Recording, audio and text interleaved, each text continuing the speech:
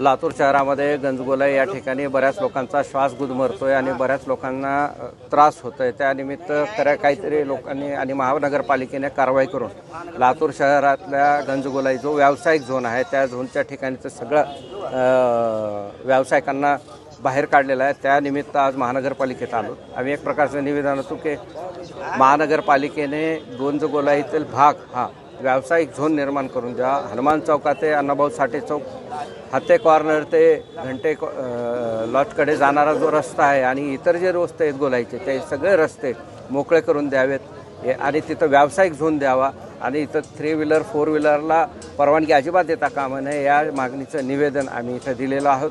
आणि महानगरपालिकेने या संदर्भात आम्हाला आश्वासन दिलेलं आहे की संबंधित माननीय आयुक्तांना भेटून चर्चा करून याचा तोडगा काढण्याचं त्यांनी आश्वासन दिलेलं आहे।